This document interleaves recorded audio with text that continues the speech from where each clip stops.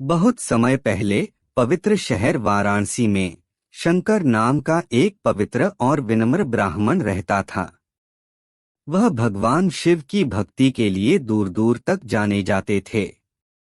छोटी उम्र से ही शंकर भगवान शिव की कहानियों और शिक्षाओं की ओर आकर्षित हो गए थे और उन्होंने अपना अधिकांश दिन गंगा नदी के किनारे ध्यान करने, शिव के नाम का जप करने और दान के कार्य करने में बिताया। एक दुर्भाग्यपूर्ण रात, जब शंकर नदी के किनारे ध्यान कर रहे थे, उन्हें एक ज्वलंत सपना आया। सपने में भगवान शिव उनके सामने प्रकट हुए, दिव्य प्रकाश में नहाए हुए और अपनी जटाओं पर अर्धचंद्र सजाए हुए। शिव ने शंकर से कहा, तुम एक सच्चे भक्त हो और तुम्हारे अटूट विश्वास ने मुझे प्रसन्न किया है। मैं तुम्हें वरदान दूंगा। तुम्हें जो भी इच्छा हो मांग लो। शंकर ने अपनी आंखों में खुशी के आंसू भरते हुए उत्तर दिया, भगवान शिव, मैं आपका शाश्वत आशीर्वाद चाहता हूँ। मुझे इस जीवन काल में और अपने सभी भविष्य के जीवन में आपकी सेवा करने का अवसर प्रदान करें। शंकर के पवित्र हृदय से प्रभावित होकर भगवान शिव ने उनकी इच्छा पूरी कर दी। उन्होंने शंकर के सिर पर अपना हाथ रखा और उन्हें दिव्य शक्तियों और अमरता का आशीर्वाद दिया। उसी क्षण से शंकर को भगवान शिव के भक्त शिव शंकर के रूप में जाना जाने लगा। दिव्य मिशन। सपने में भगवान शिव से मुलाकात के बाद शिव शंकर के जीवन में गहरा बदलाव आया। उन्होंने खुद को पूरी तरह से शिव की पूजा में समर्पित कर दिया, अपने दिन और रात ध्यान में बिताए, भजन गाए और भगवान शिव के सम्मान में अनुष्ठान किए। शिव शंकर की भक्ति की बात पूरे वाराणसी में फैल गई और दूर दूर से लोग उनका आशीर्वाद लेने आए। वह अनगिनत आत्माओं के लिए एक श्रद्धेय संत और आध्यात्मिक मार्गदर्शक बन गए और उन्हें धार्मिकता और भक्ति के मार्ग पर ले गए। एक दिन नदी के किनारे ध्यान करते समय शिव शंकर को एक स्वप्न आया। भगवान शिव एक बार फिर उनके सामने प्रकट हुए, लेकिन इस बार एक विशेष उद्देश्य के साथ। उन्होंने कहा, शिव शंकर, दुनिया अंधकार और बुरी ताकतों से त्रस्त है।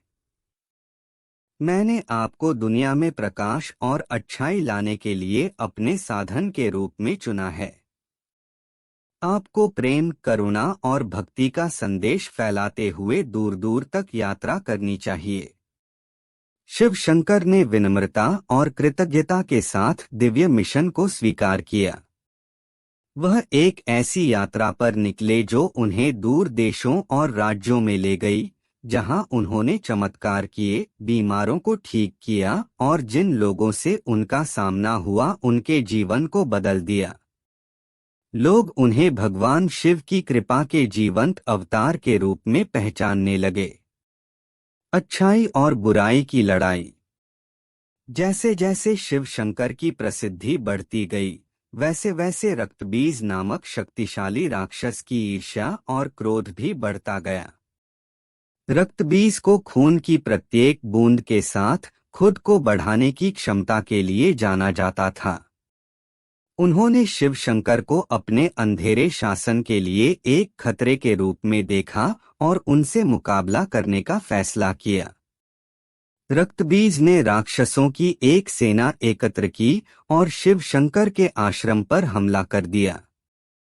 एक भयंकर युद्ध शुरू हुआ, जिसमें शिव शंकर ने भगवान शिव द्वारा दिए गए दिव्य हथियारों का इस्तेमाल किया।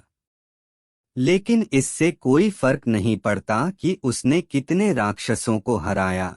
रक्तबीज के खून से नए राक्षस पैदा होते रहे, जिससे यह एक असंभव युद्ध बन गया। अपनी सबसे बड़ी निराशा के क्षण में शिव शंकर ने अपनी आंखें बंद कर लीं और मदद के लिए भगवान शिव को पुकारा। अपने समर्पित शिष्य की गंभीर प्रार्थना सुनकर भगवान शिव युद्ध के मैदान में प्रकट हुए।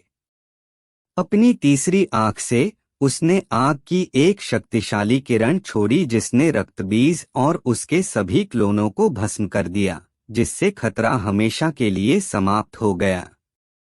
शिव शंकर की विरासत। रक्तबीज की हार के साथ शांति बहाल हुई और शिव शंकर का नाम और प्रसिद्धि और भी दूर तक फैल गई। उन्होंने अपने दिव्य मिशन को जारी रखा, लोगों को आध्यात्मिक ज्ञान की ओर मार्गदर्शन किया और उन्हें भक्ति और धार्मिकता का मार्ग दिखाया। शिव शंकर का जीवन अनगिनत चमत्कारों और करुणा के कार्यों से चिह्नित था, लेकिन वह विनम्र बने रहे, हमेशा अपनी शक्तियों और सफलता का श्रेय भगवान शिव की कृपा को देते थे। अपने बुढ़ापे में शिव शंकर वाराणसी लौट आए, जहां उन्होंने अपने अंतिम दिन गहन ध्यान में बिताए।